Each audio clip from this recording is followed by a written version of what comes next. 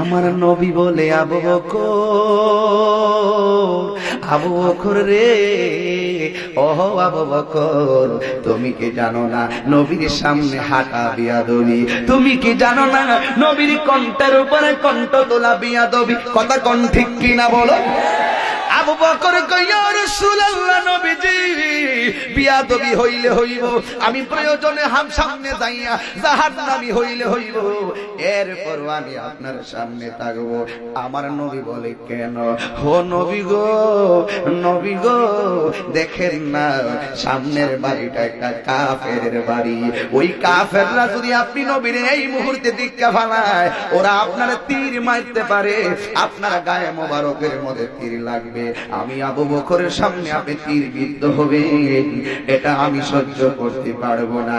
ইয়া রাসূলুল্লাহ, আমি আপনার সামনে থাকবো, আপনার সামনে তাইকা একটা বুঝি না, দুইটা বুঝি না, ইয়া রাসূলুল্লাহ, প্রয়োজনে তীর লইতে লইতে আমি আবু বকরের জীবনটা আপনার সামনে বিলাইয়া দিব, আপনার গায়ে মোবারকে একটা তীরের আঘাত লাগতে দিতাম না।